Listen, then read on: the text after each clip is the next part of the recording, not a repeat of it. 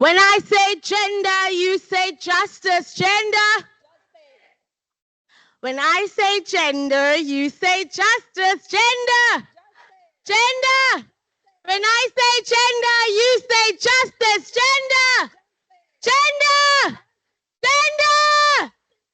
Yes.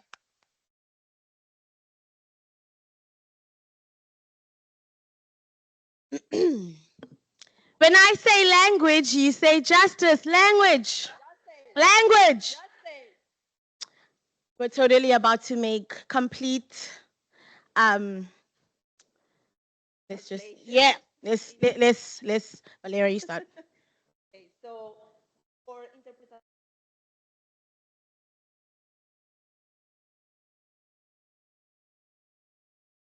Woo! She's not a Portuguese speaker. Interprétation en français et en portugais disponible. Voulez prendre un micro lorsque vous entrez. Which was a poor attempt to say that there is French and Portuguese interpretation available. And please make sure you do have the headsets. We do have some winners who will be speaking in one of these languages. So English speakers, we are often privileged not to grab the thing, but just a flag that if you want to listen to these inspired speeches, because that's why you're here, you might want to also grab yourself the resources to do so that we can give them the attention and love that they deserve. Right. As we get sorted, we'll give it a few minutes so that we can do the needful. And our colleague is actually not happy that we are all at the back, okay? This is a brilliant flagship program, and I'm expecting at the minimum to see, is the WGC here in the house today? Is the WGC here today? Please come and fill up these spaces in the front, if you can, so that those who are still joining us can scoodle over at the back. So, welcome to the 9th edition of the Gender Just Climate. Woo!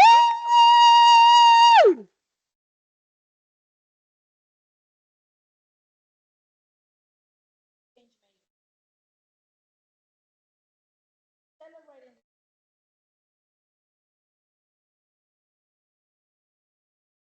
Martin, I let us know at the ceremony.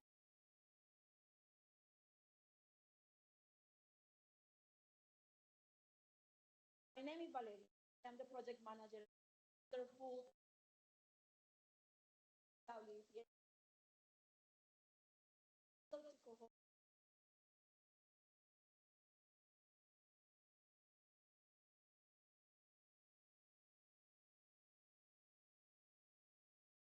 Oh, that's me. Thank you so much, Valeria. What an honor to do this fabulous honor of hosting these incredible awards with you. And I am supporting coordination for only the fiercest, the flyest, the most brilliant, the most incredible. I will run out of English words for the expletives of how I feel about the mighty, mighty woman and gender constituency. And as a constituency, which is made up of over 50 official members, and yes, 1,100 advocacy network, we remain thrilled and so proud to co-host this incredible intervention that is the Gender Just Climate Solutions, of which we are in our 9th edition together with Women Engaged for a Common Future. And so the WGC, for those who might not be aware, works with civil society, particularly feminist civil society who are concerned and organizing around the intersection of gender, of climate and environmental justice, whether from a perspective of policy or also from a movement logic. We come together throughout the year over many years to attempt to unite and coordinate the voices of women, the voices of gender advocates across the world to ensure we come to these spaces, these policy spaces, united and ready to fight for gender just policy climate outcomes. As we've been saying this year, feminists are holding the line. We are one of the 9 constituencies of the UNFCCC, and might I say the best constituency in the UNFCCC, and of course I'm being biased. And so what we do with these awards is really demonstrate that what we are advocating for, which is that the world that we want, the world that we so urgently need to realize is not only possible, but we see advocates, community members working together to realize this. We see them innovating and ensuring that how we are living is not causing harm to the environment. What we are not seeing enough of, even though we are seeing more than enough of the alternative pathways towards achieving a gender just and gender transformative, climate safe future, is the funding and infrastructure and support to scale these ideas and see them through. And so this award platform is showcasing that solutions that are just, equitable, gender responsive are possible. Since 2015, we have been hosting these awards at every single COB to showcase these grassroots solutions that are transforming lives, that are transforming real lives and inspiring action. I am delighted today to introduce some of our high-level guests who are on the right side of the feminist futures, climate just side of history, who have taken the invitation to grace our high-level event today, and we are so grateful. It gives me the honor to welcome the Honorable Tatiana Roa Avendao, Vice Minister of Planning and Territories from Colombia. Can we give the Vice Minister a round of applause?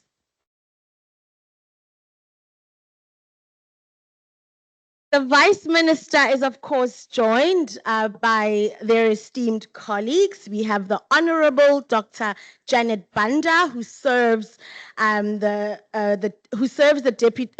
President of Malawi as Deputy Secretary to the President and Cabinet of Malawi. That is Dr. Janet Banda. Let's give the doctor a round of applause. And then representing the United Nations Women, we are very glad to welcome Dr. Jemima Njuki, UN Women.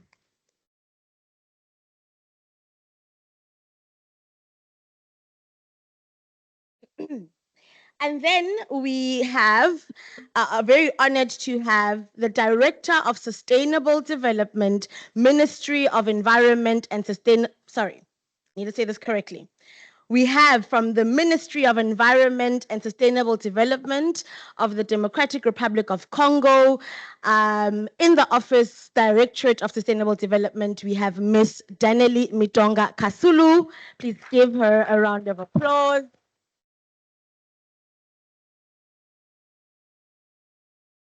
And then representing our good friends from the UN Climate Technology Center and Network, which I always struggle to say the acronym, that's why I opt for the full word, we have, of course, Dr. Stephan Minas. Not here. Who is not here, so in absentia. Coming in a minute. So I really want us to give a warm feminist cheer and round of applause to our high-level guests who have graced this auspicious and worthy occasion. To our guests, thank you so much. And over to you, Valeria. Thank you, Suki. So what are we here today, if you're wondering? So it's just not about celebrating achievements, but it's about honoring the heart and soul of grassroots innovation. The projects we recognize today prove that solutions to the climate crisis already exist, led by women and communities worldwide. These actions are the blueprint for the inclusive, just, and sustainable future we all strive for. This year, we received an astonishing 343 eligible applications. Woo! Isn't that incredible? Woo! It's a testament to the powerful work happening on the ground, despite limited resources. But this also sends a clear message. Governments and institutions must raise their ambition, fund these local solutions, and ensure that feminist, gender-responsive actions are prioritized in climate policies. We'll be recognizing awardees across 3 categories today. The non-technical solutions focusing on social innovations like capacity building, education, and employment. Transformational solutions, driving deep societal changes for inclusive and just climate action. And technical solutions, developing and applying climate gender responsive technologies. Before we dive into the awards, let's take a moment to acknowledge the hard work of our esteemed jury, who review these applications with a feminist lens, ensuring that every solution we celebrate today truly embodies gender justice. A big thank you to them and our partners, including the Center, the Climate Technology Center and Network CTCN.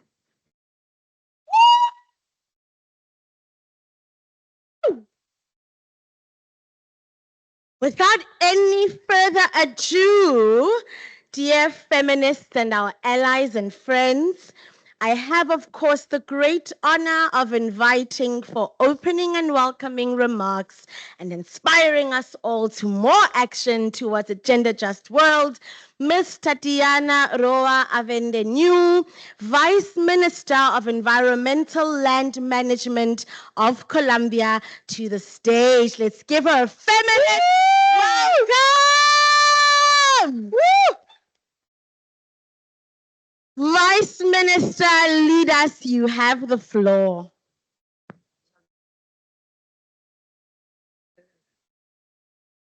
Thank you.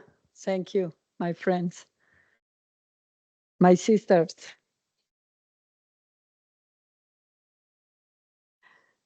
It's a good day.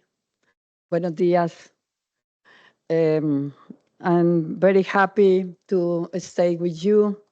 It's an honor to address you at this ceremony celebrating the Gender Just Climate Solution Awards, an initiative that highlights women's leadership in climate action and territorial defense. On behalf of the government of Colombia, I thank you for the opportunity to present a recognition that reflects the inseparable bonds between climate justice and gender justice. Climate and biodiversity policies cannot remain disconnected from the social reality of each context. Therefore, it's crucial that they are underpinned by the principle of equality and justice to positively impact the political, social, cultural, and economical conditions of each territory. Gender equality remains one of the most visible gaps in the current landscape of the climate crisis. Is disproportionate impact of women and girls, particularly in impoverished countries, exacerbate inequalities in fundamental rights such as health, access to land, and the recognition of unpaid care work. In many regions, women are primarily responsible for security, food, water, and energy. That's severely impacted by climate change, as noted by UN Women. However, beyond being disproportionately affected, women are also historical and active leaders in preservation, territory, ecosystem, and strengthening community practices for climate adaptation. Their initiatives have demonstrated that achieving climate justice requires fully recognizing their role in defending nature and building resilient societies. For the government of Colombia, it's essential to close gender gaps through public policies that reduce the structural barriers women and girls face in fully enjoying their rights. This commitment includes recognizing the collective territorial rights of indigenous and local communities and promoting peace with nature to transform the relationship between society and nature. Today, we celebrate the effort of extraordinary women who, from their territories, lead transformative actions. To the honorees, I express my admiration and gratitude. Your work inspires more inclusive policies and proves that women leadership is essential to addressing the climate crisis and building a fairer and more sustainable future. Thank you very much.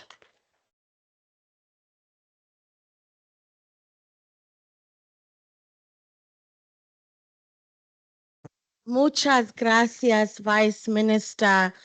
What a pleasure to know that some of, the people that are tasked with leading us just get it. Can we give a round of applause to such an inspired, welcoming remarks from the Office of the Vice Minister? Thank you so much for that, and thank you so much for your time. Now, personally, as Valeria mentioned earlier, there is a jury of volunteers who commit their time to going through applications year in and year out. These applications are available in Arabic, Portuguese, Spanish, and French. And it feels really, really good for something like this to know that I wouldn't want to be part of that jury. Not only because so many applicants with incredible ideas submit them, but also because it's not even the difference between almost good, sort of kind of good and good. It's the difference between wow, when we come to these spaces and advocate that climate inclusive policies are implementable, we're not just saying it because we're reading the books. We read the books, they're important, but we're saying it because we know what we're talking about. And every single year, grassroots communities, particularly from the Global South, are showing us through these ideas that it is possible. It is unfortunate that we can only award 3, but our publication at the back showcases some of the best amongst the best. So to the jury, once again, wouldn't want to be you, but so grateful for sitting with these ideas and sifting them through so that we can come on this day and award them. Now, I have the privilege of introducing the introducer of the first category, which is the transformational category. So these awards are across 3 categories. You'll hear more about the categories as we hand out these awards. Now, what is the transformational category of the Gender Just Climate Solutions? This category is all about breaking down cultural barriers and advancing gender equality through deeply impactful systems change. Because what do feminists want? If you didn't know, we definitely do want systems change. We definitely do want complete overhaul to usher in new futures. And so this category really looks into the extent to which projects allow us to live closer and closer into this. Past awardees have been trailblazing, and some examples include the Baitak and Dastak Foundation in Pakistan, which developed, hear this, a feminist framework to tackle droughts and floods. They will want us to believe that there is no alternatives, but we have a grassroots movement in Pakistan who are leading and doing so brilliantly. And in the Democratic Republic of Congo, we have CFLED, who are driving landmark land and forest legislation for women's access to land. Feminists, friends, allies, these are just two examples from our past editions, and I hope you feel inspired to know that so much more of this work is happening.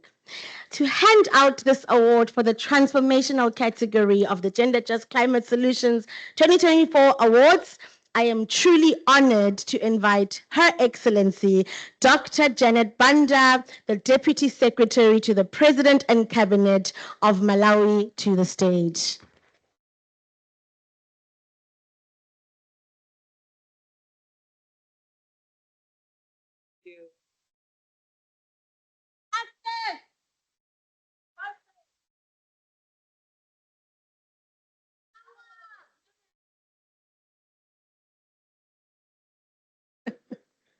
Thank you so much. It is an honor for me, and I join the Vice Minister in expressing my excitement to be part of this exciting event. I want to commend the organizers, CWG, Climate Technology Center Network, and also Gender Justice Solutions, and all the partners that have gathered us here today for this impactful initiative. Well done, thank you. As we honor these remarkable achievements, I thought I should just say a few words. We are reminded that sustainable development and climate action cannot succeed without integrating gender equity. However, the reality on the ground is that climate change interventions are mostly dominated by men. That is a truth. Women are deprived of the opportunity to take charge of the issues that affect them most. Yet, these are the women who are critical agents of resilience and innovation, essential for addressing the climate crisis that faces the world. And this is a truth that we must all recognize. And since I'm standing here on behalf of my country, Malawi, I want to mention what our president has done to show that he recognizes the importance of women in climate action. Firstly, in 2021, he launched a Women in Climate Action Network, which is a platform that ensures that women can take charge of the issues that affect them most. And this network has championed a number of initiatives. It promotes clean energy cooking solutions and also smart agriculture. He hasn't stopped there. He has even gone further to allocate critical portfolios to women, to promote women in decision-making positions. So the portfolios that women are holding in Malawi as ministers, we have the Minister of Water and Sanitation, Minister of Health, Minister of Education, Minister of Mining, Minister of Labor, Minister of Gender, Minister of Foreign Affairs. Give a clap to Malawi. All those are women. All those are women ministers. And to cake it all, the head and deputy head of the public service in Malawi, both women. And one of them is standing before you as testimony of the strides that Malawi is making as a country.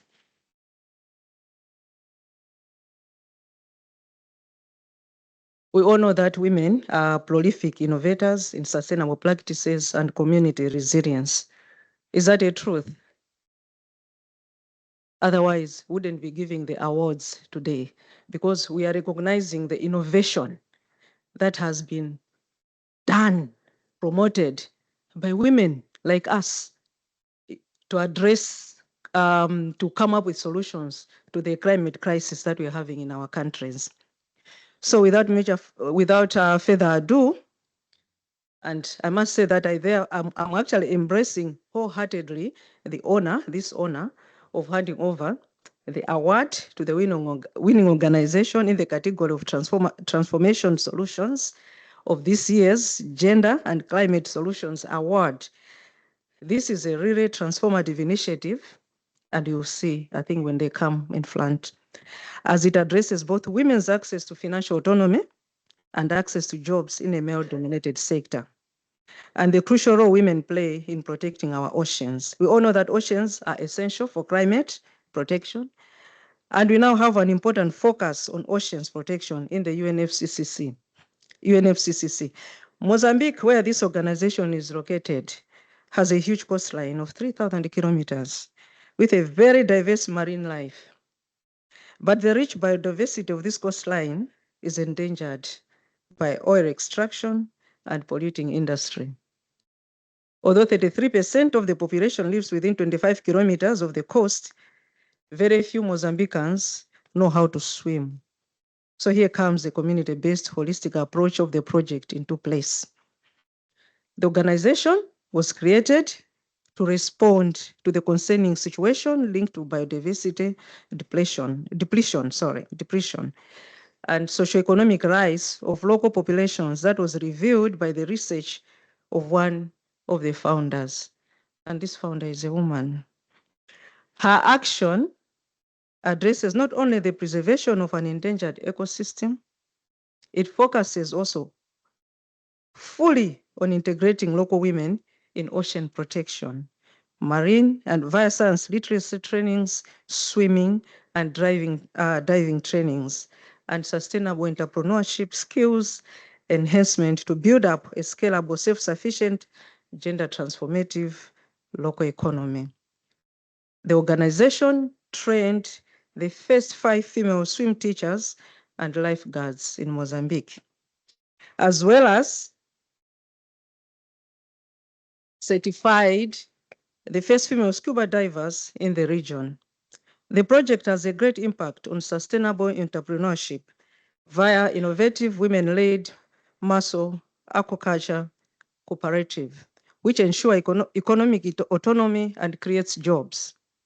Muscle breeding is crucial to drive the protection of the sensitive ecosystems. This is how the initiative aims to foster long-term gender-just climate resilience and generation change. A round of applause. Thank you.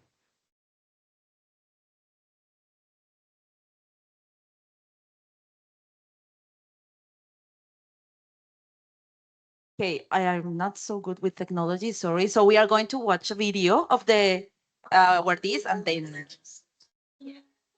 Welcome to Love the Ocean, a grassroots conservation charity based in Changamwe, Mozambique. Here,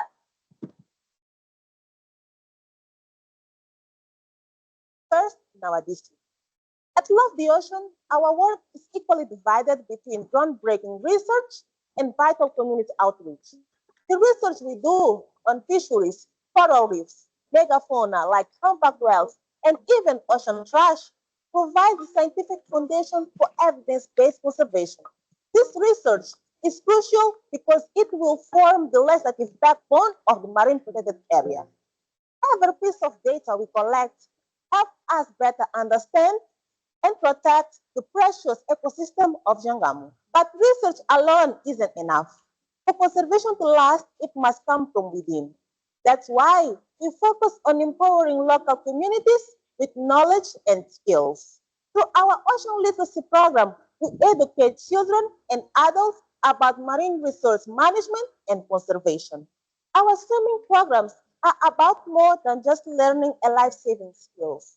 They inspire the next generation of ocean champions, open opportunity for career in marine conservation, and gain skills like scuba diving through our local internships.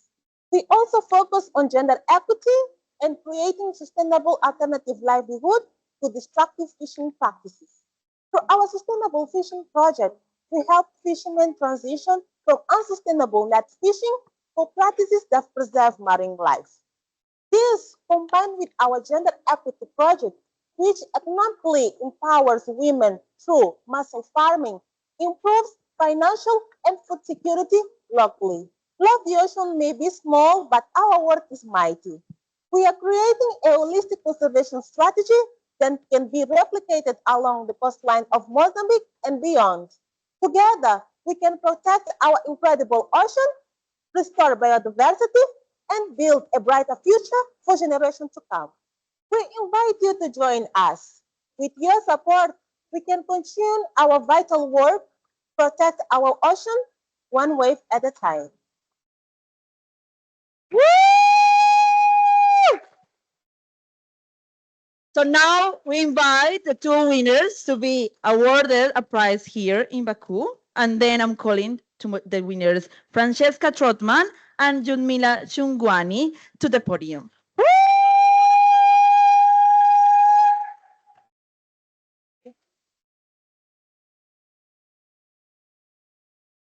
Power to the winners.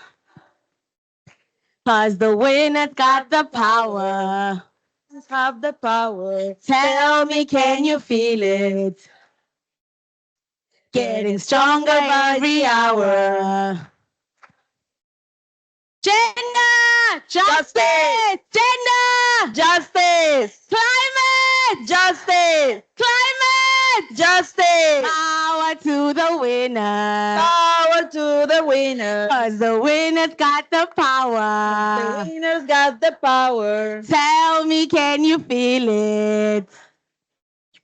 Getting stronger every hour. Gender! Gender! And over to our winners, a round of applause.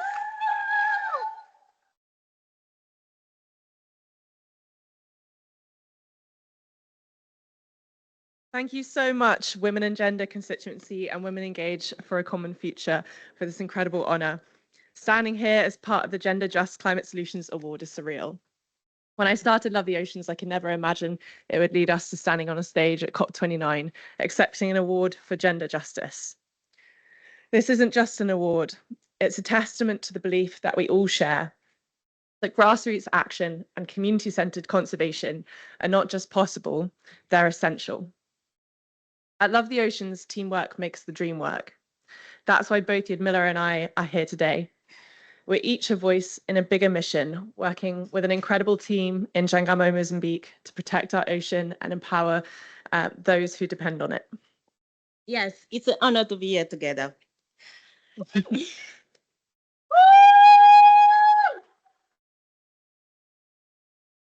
Thank you to our incredible team and for all of those who have supported us across Jangamo and in Mozambique. We are a family at Love the Ocean, united by our shared goal of creating and building a sustainable blue future. I'm thrilled to be part of this work, empower our local community, especially women, to have a voice in ocean conservation. For those of you that don't know, Love the Oceans is a small but mighty organisation working with coastal communities in Mozambique to establish our region's first locally managed marine protected area. And let me say, when it comes to gender equity in marine conservation, we're not just rebalancing the scales, we're rebuilding them. That's true. And in Mozambique, like so many places, the path of women in science and conservation hasn't always been easy.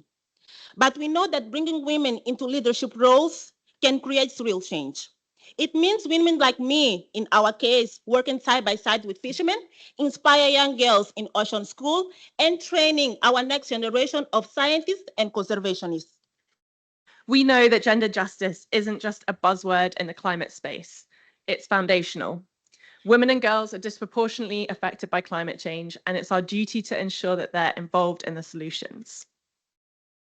This award is a signal that our collective work is more than relevant, it's necessary. And marine conservation, women brings unique perspective and resilience.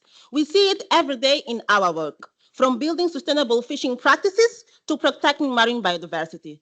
Women make up 51% of the population in Jangamu, which is our community. So they must be involved in solution and environmental solution. Otherwise, we risk creating ineffective strategies. We understand the land, the water, and how our community depend on both. And our work wouldn't be possible without the courage and insight of the women that we stand with. Absolutely, Yadmina. I think we both agree that no conservation project can truly succeed without local voices involved, especially those of the women that are leading the way. And let's face it, we need everyone in this fight. The ocean plays a critical role in regulating our planet's climate. It's not just the fish, the corals, and the whales that are important, although obviously they're vital too. It's the ocean's ability to capture carbon, regulate weather patterns, and provide sustenance. It's our planet's best ally in fighting climate change, and protecting it is the most gender just thing we can do. I couldn't agree more.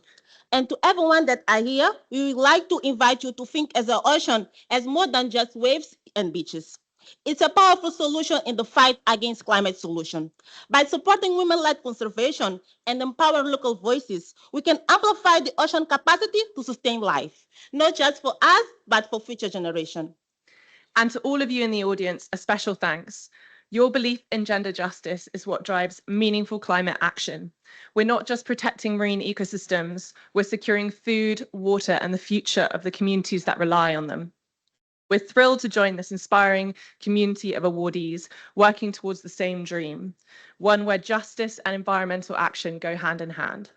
Thank you to everyone involved in the Gender Just Climate Solution Award. We are proud to be part of this community and to share this vision. With our community effort, we can create a lasting impact.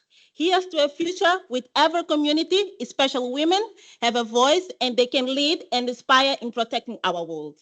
Thank you, everybody. Let's continue this fight. And remember, together we are the ripples that create the waves of change.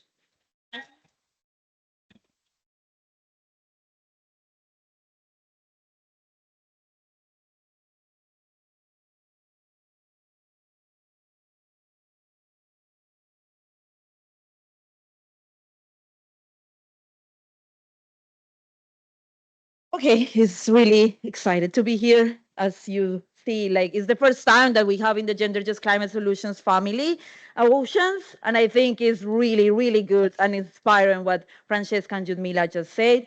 So we have to continue with the next category, and it's the non-technical solutions. So this category recognizes initiatives focused on capacity building, education, employment creation, and strengthening community infrastructure. These solutions are about empowering women and creating a foundation for gender justice and climate resilience. We've seen incredible projects in this category, like Parent Women, in Kenya, which uplifts indigenous women's knowledge for climate resilience, or the Sindh Community Foundation in Pakistan, advocating for the labor rights of women cotton pickers. To present these awards, let's give a warm welcome to Ms. Daneli Mitonga Kasulu, the Director of Sustainable Development in the Ministry of Environment and Sustainable Development of the Democratic Republic of Congo.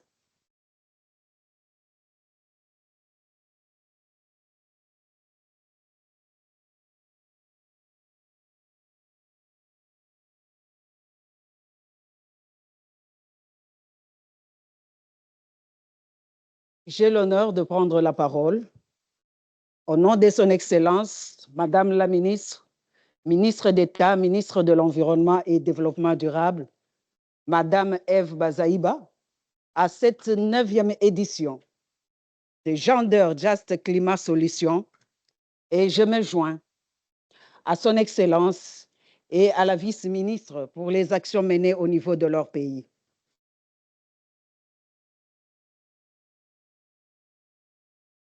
La RDC, en tant que pays solution, n'est pas épargnée dans sa politique du genre, étant l'une des thématiques de la Convention cadre des Nations Unies sur le changement climatique.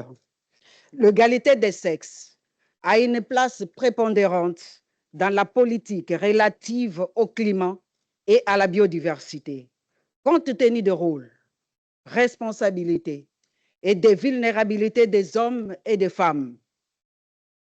Nous avons vécu tous l'année 50-50 visant à prioriser pour faire participer les femmes à toutes les instances des négociations climatiques. Au cours de ces 10 dernières années, le nombre de femmes vivant dans la pauvreté a augmenté plus rapidement que celui des hommes, en particulier dans les pays en voie de développement. La pauvreté des femmes y est directement liée au manque de perspectives, d'autonomie économique, au fait qu'elles n'ont accès ni aux ressources économiques, ni au crédit, ni aux propriétés foncières, et ni à l'éducation et aux services d'appui, qu'elles participent très peu aux prises de décisions conduisant ainsi aux marges d'adaptation restreintes du changement climatique. Au niveau communautaire, les femmes représentent les maillons essentiels pour la durabilité des activités initiées en milieu rural, au regard de leur rôle dans la gestion des ménages, et surtout pour leur implication dans les activités de production agricole et celles génératrices de revenus, qui sont actuellement aggravées par les effets néfastes du changement climatique. Un développement durable et une croissance soutenue et durable ne seront possibles que si l'on améliore la situation économique, sociale, politique, juridique et culturelle des femmes. L'expérience de la Banque mondiale montre clairement l'effet de donner un plus grand rôle aux femmes contribue à la croissance économique. La prise en compte équitable de rôles sexospécifiques, genre, dans des politiques relatives au climat, permettront de réduire de manière équitable les émissions de gaz à effet de serre et de s'adapter au changement climatique et de s'aligner efficacement dans le développement durable. Au niveau de la RDC, le gouvernement s'est penché à promouvoir l'égalité entre le sexe et lutter contre les discriminations. Ainsi, le gouvernement a adopté trois documents, à savoir une loi pour protéger le droit des femmes, des filles, notamment en matière de violence basée sur le genre, de santé de reproduction et d'éducation. Des stratégies nationales ont été élaborées pour promouvoir l'égalité des genres.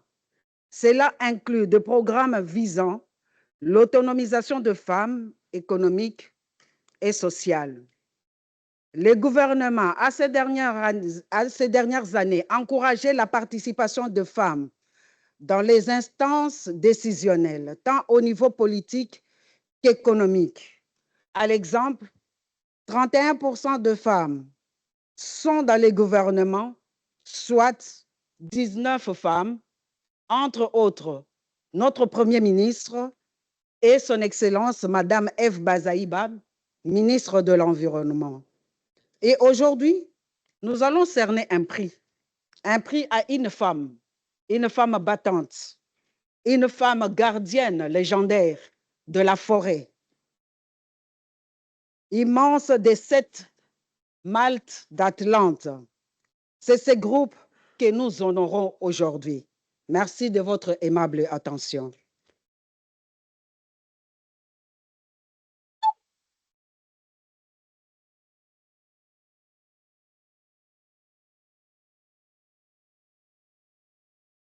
Todos nós temos uma passagem na Terra, um propósito. Minha missão veio para levar o grito de socorro dessa árvore tão linda. Os seres humanos não compreendem que sem as árvores não há vida, que elas também têm vida. Aqui nós estamos nas últimas araucárias da nossa terra. são as que a gente vem para colher. Isso está no centro do conflito com o marco temporal.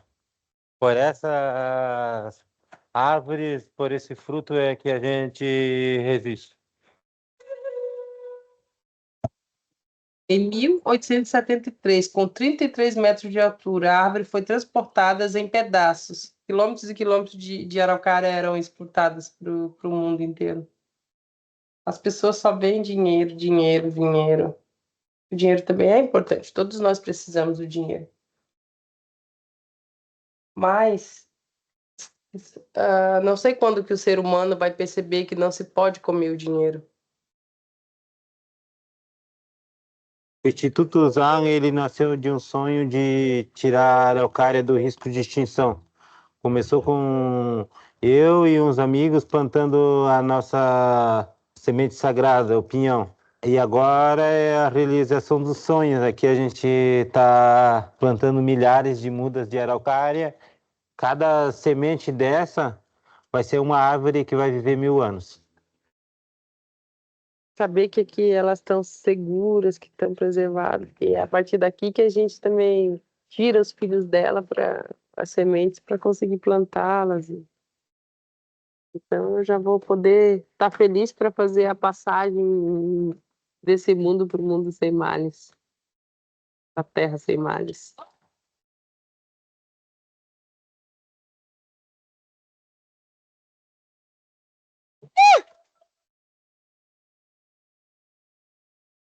So please, Isabel, Princess Fonseca, come here to the podium to receive the award. Power to the winners. 'Cause the winners got the power. Tell me, can you feel it? Getting stronger by the hour. People, power, people, Power, gender, justice, gender, justice, power to the winner. power to the winner. 'Cause the winner got the power. The winners got the power. Tell me, can you feel it? Tell me, can you feel it? Getting stronger every hour. Stronger every hour. People, Power, people, power, power, people, power. people. Woo!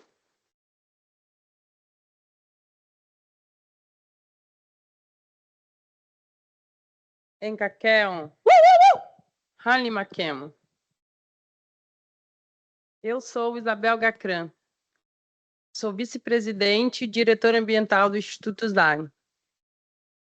Eu sou uma guardiã, junto com a minha família, da terra indígena Laclanochoclen. Hoje eu estou aqui como uma mulher indígena, uma mãe, irmã, ser humano, que compartilha esta terra com todos vocês.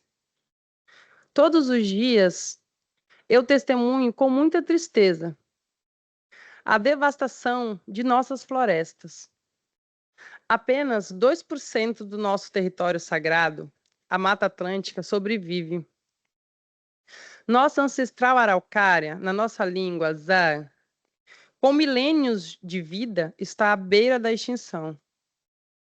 Nossa floresta é a segunda mais ameaçada do planeta. E o que resta de biodiversidade está dentro do nosso território. No sul do Brasil, a neve praticamente desapareceu, devido à drástica redução da araucária, que só se mantém onde a neve ainda resiste. Nossos antepassados previram isso. Eles nos alertaram sobre o futuro, quando o mundo inteiro precisaria do nosso conhecimento. Hoje, enfrentamos desequilíbrios ambientais, catástrofes climáticas, os rios secando, as montanhas desmoronando e o derretimento do gelo. O planeta aquece pela ação humana. Estamos correndo contra o tempo. Já plantamos milhares de zag, araucária. Mas não estamos apenas protegendo o futuro, estamos agindo no agora. Em nome das vidas indígenas, da floresta e da biodiversidade, eu faço um chamado para a ação. Nós somos a natureza tentando se defender. Eu saí do meu território para trazer o pedido de socorro da araucária. Eu sou a araucária pedindo socorro. A humanidade perdeu a conexão com a natureza, mas nós estamos na base, resistindo, honrando e respeitando a nossa floresta. Sem ar, não há vida na terra. Como a Mãe Terra, nós, mulheres ar, somos pilares fundamentais para as nossas comunidades. Eu fui escolhida pelos meus ancestrais para proteger a nossa árvore sagrada. Nós, mulheres indígenas, temos a responsabilidade de preservar a nossa cultura, educar os nossos filhos, cuidar do meio ambiente. Em tempos de crises climáticas, nós somos verdadeiras guerreiras, liderando a luta pela sobrevivência e pela justiça climática. Essa luta não é apenas uma questão ambiental, é também uma questão de igualdade de direitos humanos. Nós enfrentamos desafios desproporcionais devido às mudanças climáticas, desde a escassez de recursos naturais até a degradação de nosso território. E ainda assim, com muita força e resiliência herdada de nossas ancestrais, nós nos levantamos para proteger a terra que nos foi confiada. A nossa resistência em manter a floresta de pé é essencial para a justiça climática. Ao empoderarmos mulheres indígenas, nós fortalecemos comunidades e protegemos a Mãe Terra. A araucária, Zan, é uma árvore milenar. Ela alimentou os dinossauros. E hoje, pela ação humana, ela corre risco extremo de desaparecer. Em cada árvore plantada, em cada área recuperada, está a mão de uma mulher indígena, que demonstra que a luta pela justiça climática é também pela vida, pela equidade e o futuro. Os povos indígenas, nós, os povos indígenas, preservamos 80% das florestas do mundo. Isso sem nenhum recurso. Imagine o que podemos fazer com financiamento direto em nossas instituições de base. Convido vocês a unirem-se a nós nessa jornada pela regeneração da natureza e da vida. Juntos podemos preservar não apenas um legado, mas o legado de toda a humanidade. Nós temos a solução para as crises climáticas. Eu continuarei firme, resistindo, até que a última araucária esteja de pé. Obrigada, Utate.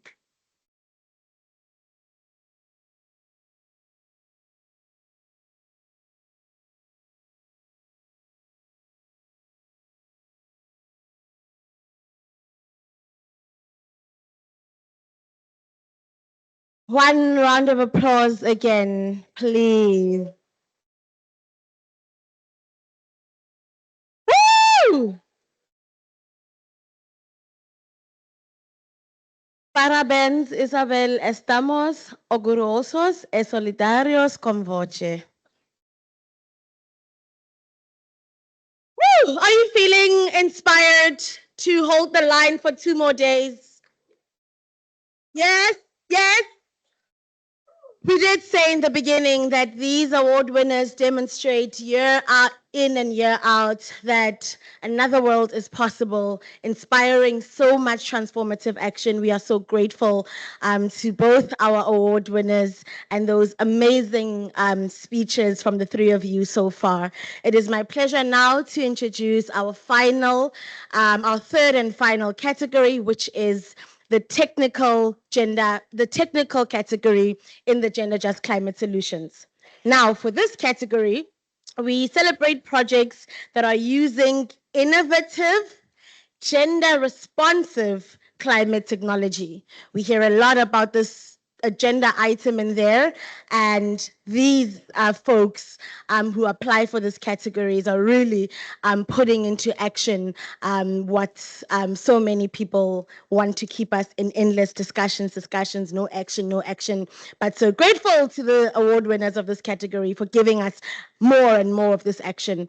So projects in this category are those that show that technology can be a tool for empowerment. Past winners include Azuku and Niraport Songster, which trained women in construction using local materials, and Yokomi in Togo, which installed solar plants to enhance women's economic autonomy through shea butter production.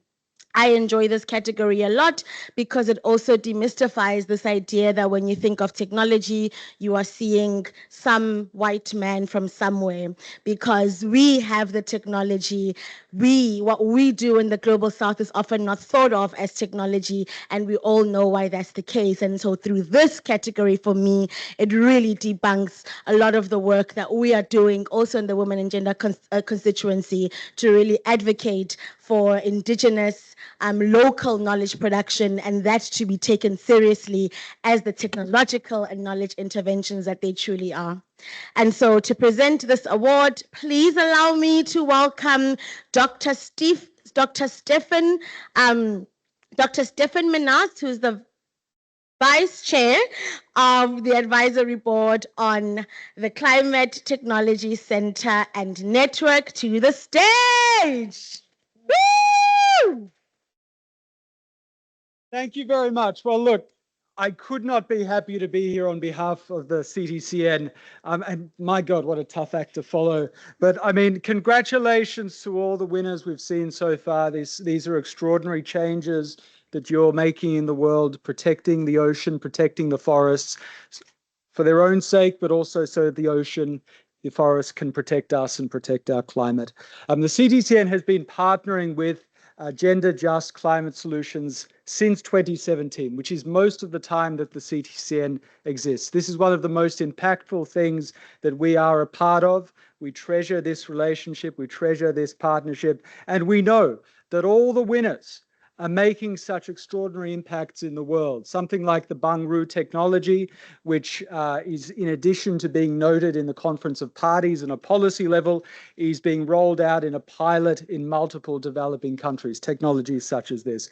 Of course, the CTCN itself, which provides technical assistance to developing countries, has over the years strengthened its gender policy, its gender action plan. We owe a great debt of gratitude to the women and gender constituency for pushing the CTCN to do better. No doubt we can do even better in the future.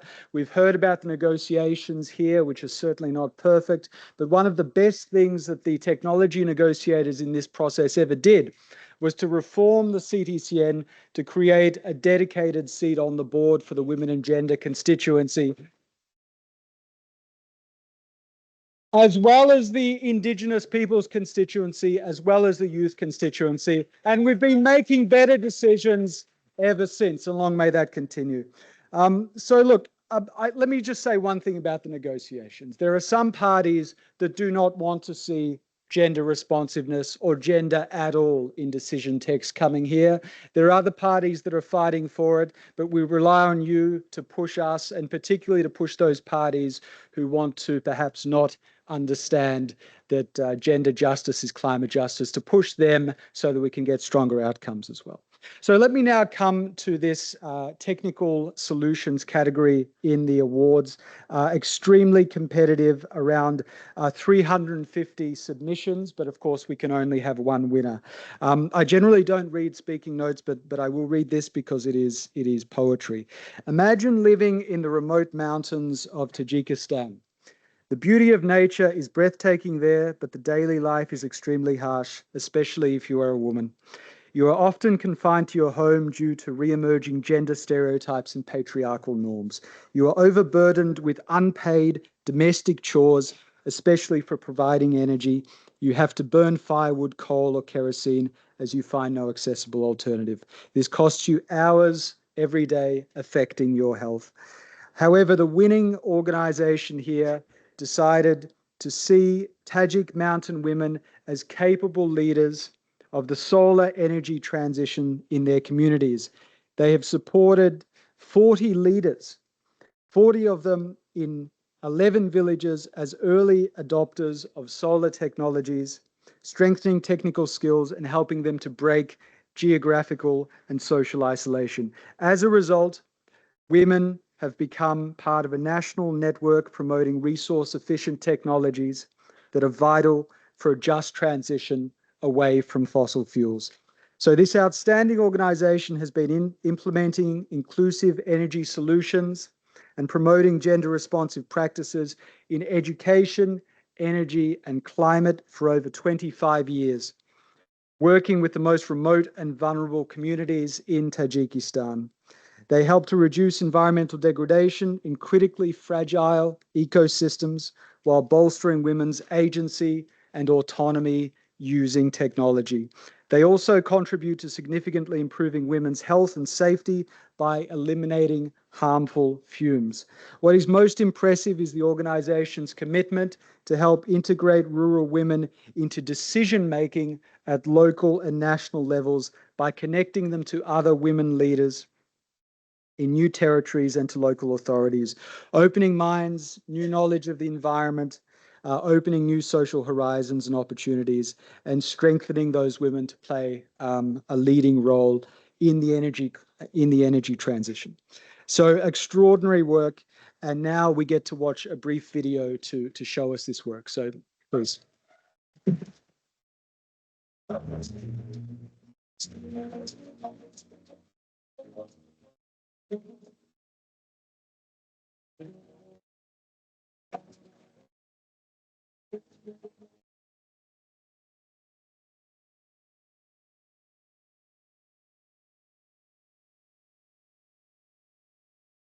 ماش مساقين فريد ماش ناس مركز دو ماش بام سرنكي زمستاني دا ماش يهود ماش بيت بشام چیز نكي قواد من زمستان ماش يهود لكي دان دو ماش كي خواه بيگز من كار ماش شاب تيز تكار ماش فوكش كار فماش دستان بوست تربية چيگا وام اتشود كار فمال ايوان تربية چيگا خواه طاقات بديك رقيم هذا دائما لك ماش رقيم بود كجيوز من آفتابه که دوستیت من آسانسش ماشته جیز دست بیگا در من سه جمع و چو خازه دارد ماشه 10 کیلومتر پام تیدا با و جمچه قینقا با و لیده دست بیگا ماش کار در پوی لپ بیه چی سب زمت لپ سن از من دوستی که به آسان من سش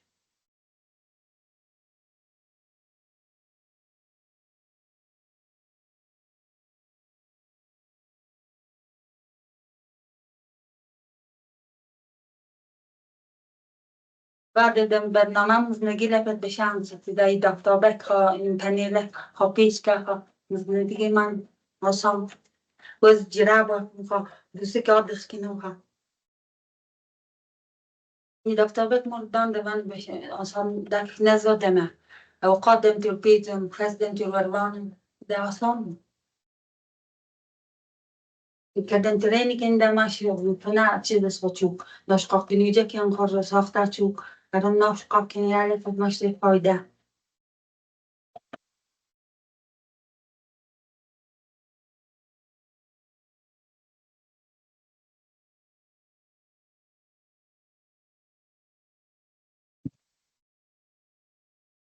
Extraordinary work. So let me invite Mrs.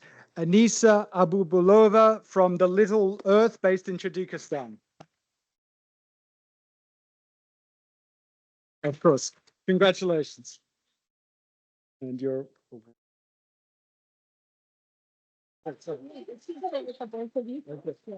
Power to the winners. Cause the winners got the power. Tell me how you feel it. Tell me how you feel it. Getting stronger by the hour. Come on, power! People! People! Power! People! Power to the winners! Power to the winners! Cause the winners got the power! The winners got the power. Tell me, can you feel it? Tell me, can you feel it? Getting stronger by the hour. Getting stronger by the hour. Gender! Justice! Gender! Justice! Climate! Justice! Climate! Justice! Thank you so much. Thank you so much.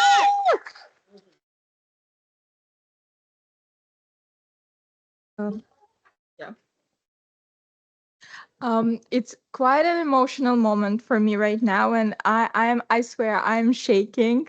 But dear esteemed guests, fellow awardees and juries of the award, it is incredible honor and a privilege to stand here today and accept this prestigious award on behalf of Little Earth and the inspiring women of the mountainous Yaghnov Valley in Tajikistan.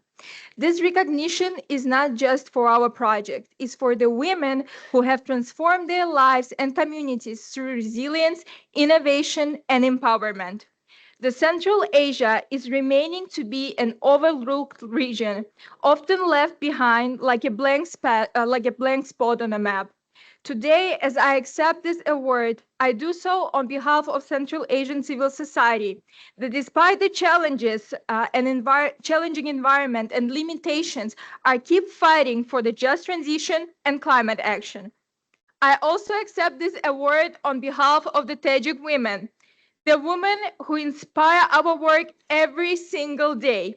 The women who wake up early to care for their families, to care for their land, while navigating the challenges of inequalities, limited resources, and adverse effects of climate change.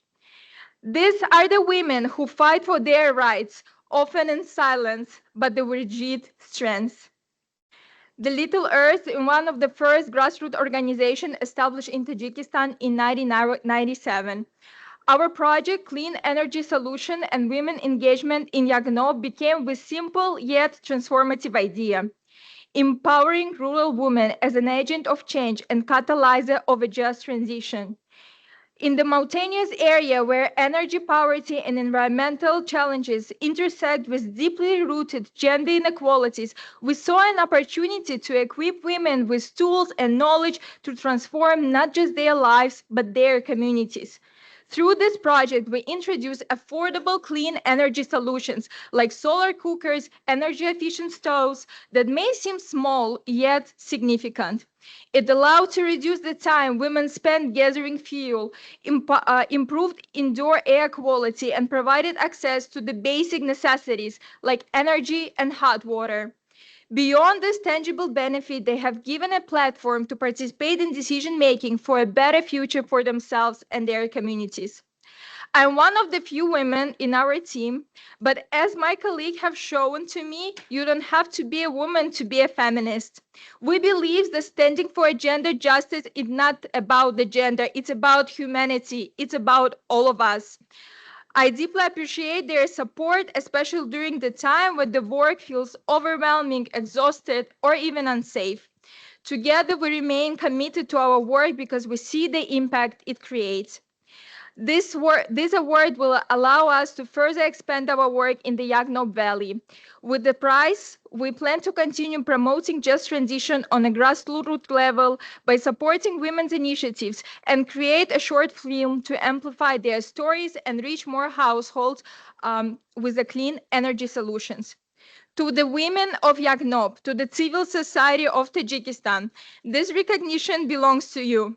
Your resilience and determination remind us of the power of collective action and the urgent need to integrate gender justice into all climate solutions. Let this award inspire all of us to hold the line for a just transition where no one is left behind, where gender is not a barrier, rather the opportunity, and where sustainability and equality go hand in hand. Tashakuri Ziod, thanks for your attention, and we are proud to be the member of this community.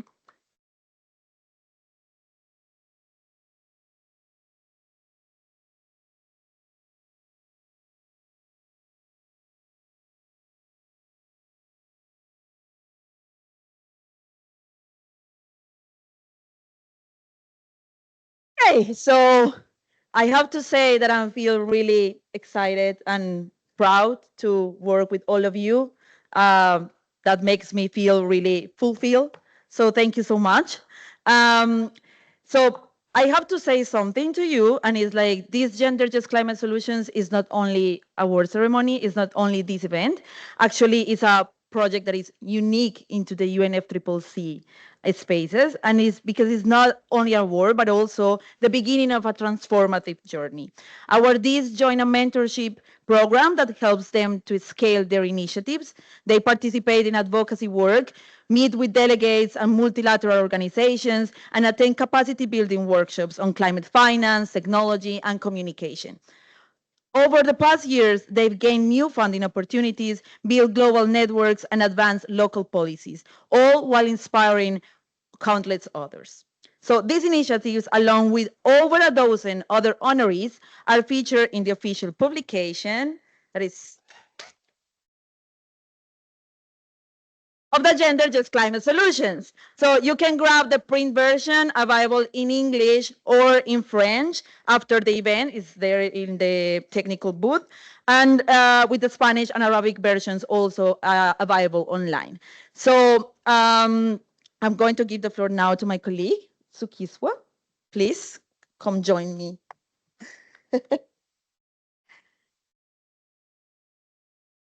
Can we just give the loudest feminist cheer to our 2024 Gender Just Climate Solution awardees? Keep it going, keep it going, keep it going, keep it going, keep it going, keep it going, keep it going, keep it going, keep it going!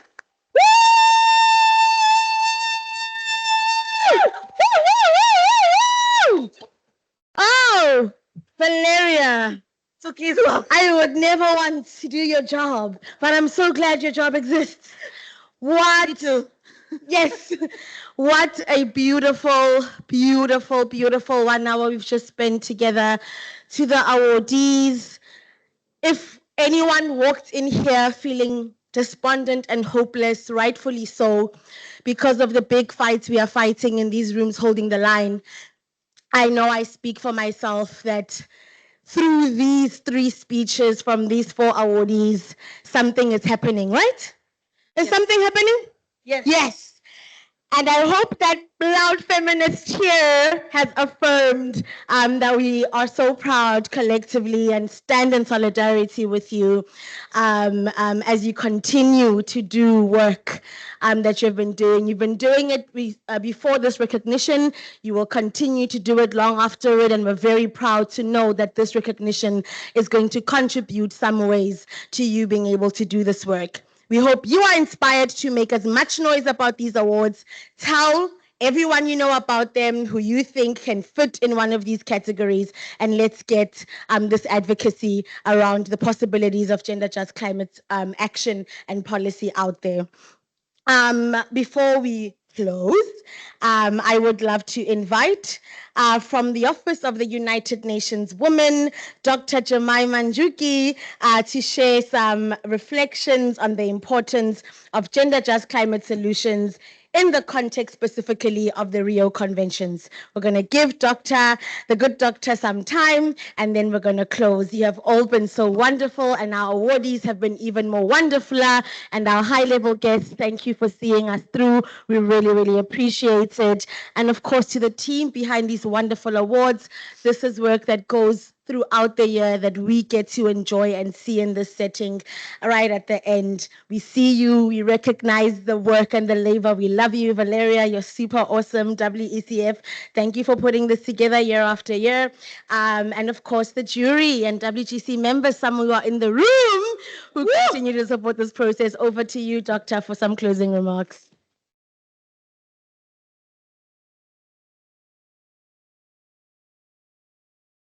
I have to adjust this. I think they are so much shorter than I am. It is such a pleasure to be here. I have been sitting there thinking how I wish all the events at COP are like this. There's much energy, there's much inspiration, I woke up today on day 9 of COP thinking, I've been here too long. Maybe it's time to go home. And now I am so inspired, and I would like to start with congratulating the 3 winners. I think we hear this statement so often. You know, we keep hearing, oh, women are at the forefront of climate solutions. And for me, it is winners like you who really bring the reality of that statement, that every day women are driving climate solutions on the ground. How I wish we could put the 3 of you in front of the room where the gender negotiations are taking place. Because then maybe we wouldn't have to explain what do we mean by feminist leadership. Maybe we wouldn't have to explain why climate finance needs to be gender responsive, because who wouldn't want to put their money behind those innovations? Who wouldn't want to put their, I don't know, energy, cheers behind those innovations? So I'm really so honored to be here, because it really reminds us that the things we are talking about in these rooms are about real people, are about real innovations, are about what needs to be happening and where we need to be putting our resources. So that's mine. I was given a speech to read, so I better read it. But I wanted to start with that, like how inspiring this is. So dear colleagues, friends, partners, this Gender Just Climate Solutions award ceremony has become a highly anticipated event at each COP. And I was actually feeling like I was at the Oscars. It's like I got the front row at the Oscars today. And I know this community and the rest of COP looks forward to seeing these transformational and inspirational initiatives recognized and rewarded. I think, as I said earlier, what this shows and what these awards shows is the concrete examples of how centering gender equality and women's rights in climate action, that the solutions are readily available. We have the solutions, and now we just need to get behind the millions of women and girls and feminist men that are driving these solutions every day. So I would like to thank the Women and Gender Constituency, the Women Engage for a Common Future, WEDO, who are great partners of UN Women through the Feminist Action for Climate Justice, really for putting this together, because we need this recognition of these solutions that are coming from the ground and from women's organizations that are doing this. As FACJ, as the Feminist Action for Climate Justice, we are uplifting feminist approaches to addressing the climate crisis in order to help build a more sustainable and equitable planet. And it's also been really exciting to see other members of FACJ here as well.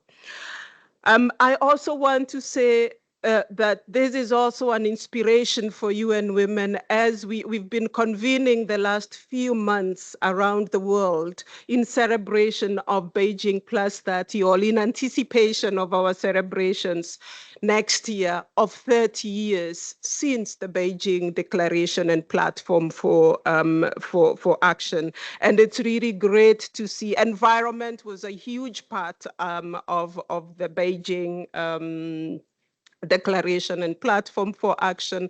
And we even want to strengthen the voices for environment and climate justice as we meet up again next year at CSW 69. We've also been thinking a lot about how we build synergies across the Rio Conventions. I think you will agree with me, as the women's movement, a couple of weeks ago, we were in Colombia for the CBD COP. We are here for the UNFCCC COP. In December, we will be in Riyadh at the UNCCD COP talking about land degradation and desertification. And the issues remain the same. How can we connect these voices? How can we connect these movements? Because our agenda is the same. It is the feminist agenda.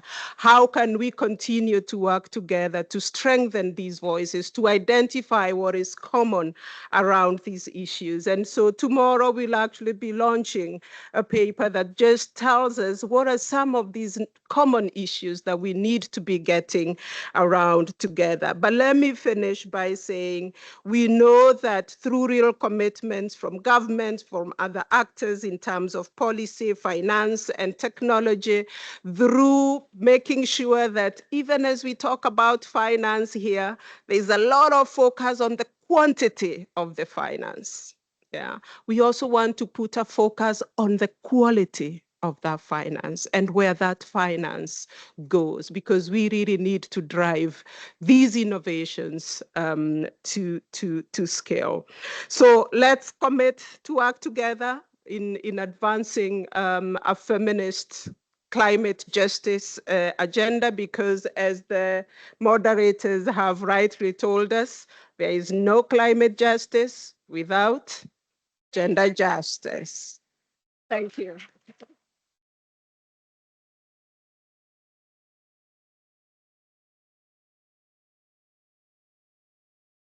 Okay, we are coming to the end of this celebration, and what an incredible afternoon. Yes. So from celebrating technical and social innovation led by women to connecting with inspiring change makers, today has shown us the unstoppable power of feminist grassroots climate action. Thank you all for being part of this celebration.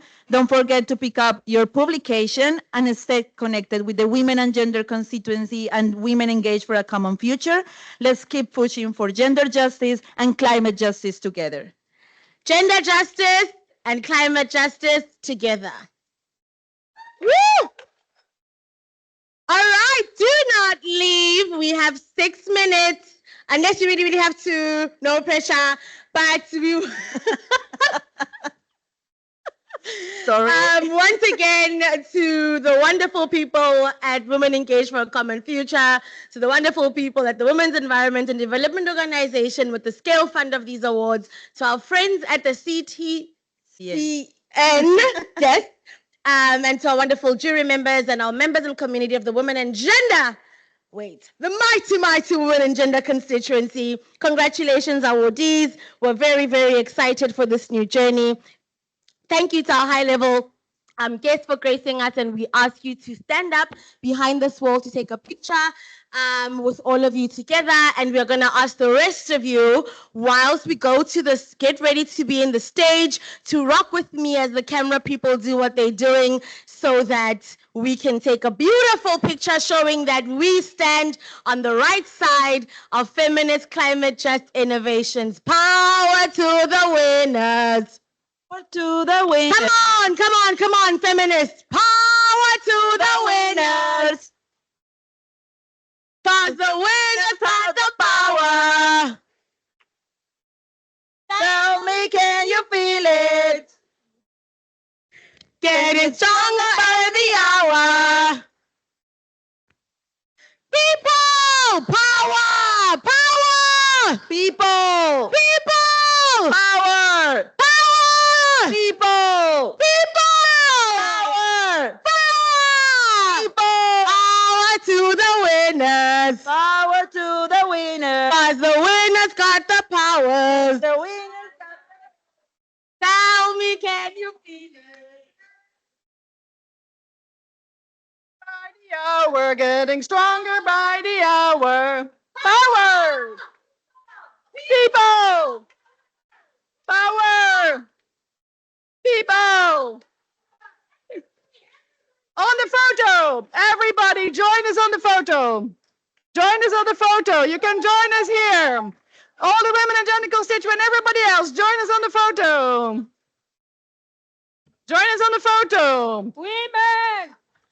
Join us on the photo. You can stand behind the winners. Please, we need this photo so that when they tell us there's no support for gender just climate solutions, we can show them this picture and tell them they are lying. Come on, stay. So I'm going to say, what do we want? And everyone's going to say feminist climate justice, okay? What do we want? Feminist climate justice. What do we want? Justice. What do we want? Climate justice. And when do we want it? Now. And when do we want it? Now. If we don't get it, shut it down. If we don't get it, Shut it down. if we don't get it, Shut it down. I said if we don't get it. Shut it down. Woo! Thank you all so much and have a wonderful, wonderful day. Women power! Women Power. men support! Men support! Women